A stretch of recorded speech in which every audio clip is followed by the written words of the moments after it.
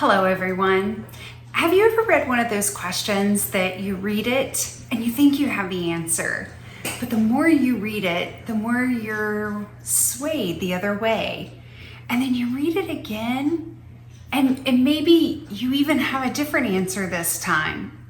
Well, one of our members and a friend of mine emailed me such a question this week. And as a matter of fact, she gave me 4 different variations of that question. So I thought I'd share this question with you today. Hi, my name is Shannon DeConda with NamUs. And today I have a very interesting presentation question for you today. So let's get reading. So before we do, let me tell you the basics of the question. And let's read the definition of what the foundation of the question is about today. So the topic is on external source, and the exact definition of external source according to the 2021 documentation guidelines. So let's go to documentation guidelines and read that definition. According to your handy 2021 documentation guidelines, an external physician or qualified healthcare professional is, by definition, an external physician or QHP who is not in the same group practice or is of a different specialty or even subspecialty. This includes licensed professionals who are practicing independently. The individual may also be a facility or organizational provider, such as from a hospital, nursing facility, or home healthcare agency. Now, that definition seems pretty comprehensive, but when we take it into our everyday practice, especially into large health systems, as many of you belong, it becomes a little bit convoluted and hard to work with. So let's go to one such question. We'll do one of the easier ones and then we'll get to the hard one. The easier one was, there are 3 providers in a peds nephrology clinic. The primary taxonomy for one of the providers is pediatrics. The other 2 providers have a primary taxonomy of pediatric nephrology.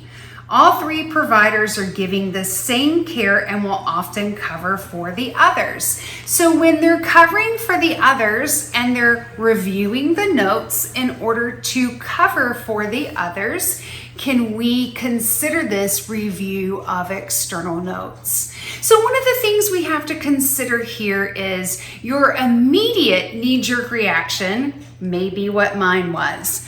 Well, we're covering for the other group. So at one point you kind of want to say no, because that's part of what you do when you're covering for another group. But at the same time, they are members of a different group. They are because they are different subspecialties. And there is a risk of caring for someone of a different group. They do have to review those notes in order to become better acquainted with that patient in order to care appropriately for that patient. And that is what review of external notes allows that risk component for. So there's the intent. We keep talking about this the past couple of weeks. There's the intent of what the rule was made for and the mechanics of what it's made for. And that's exactly what it falls on here.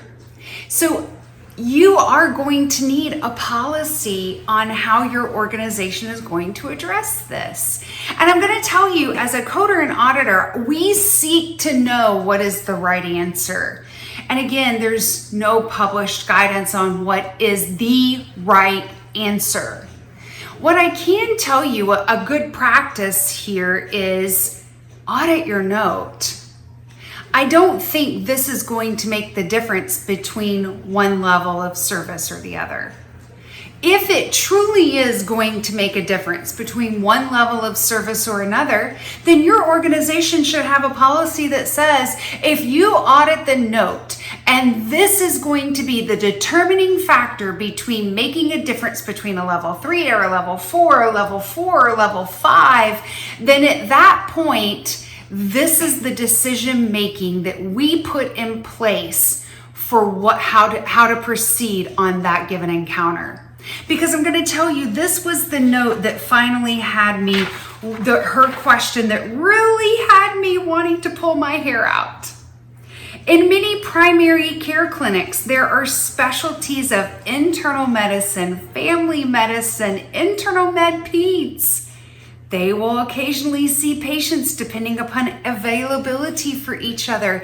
And again, these are subspecialists, different specialties, seeing each other's patients, but they have to review those notes, those external notes, because they're different specialties. So how do we consider those in our everyday practice when we're auditing and coding those notes? So I go back and tell you, the intent, the technicality of the rule is they are different specialties. You are members of the same group, but they are different specialties. And the technical of the rule is that does count. It does count as an external notes review.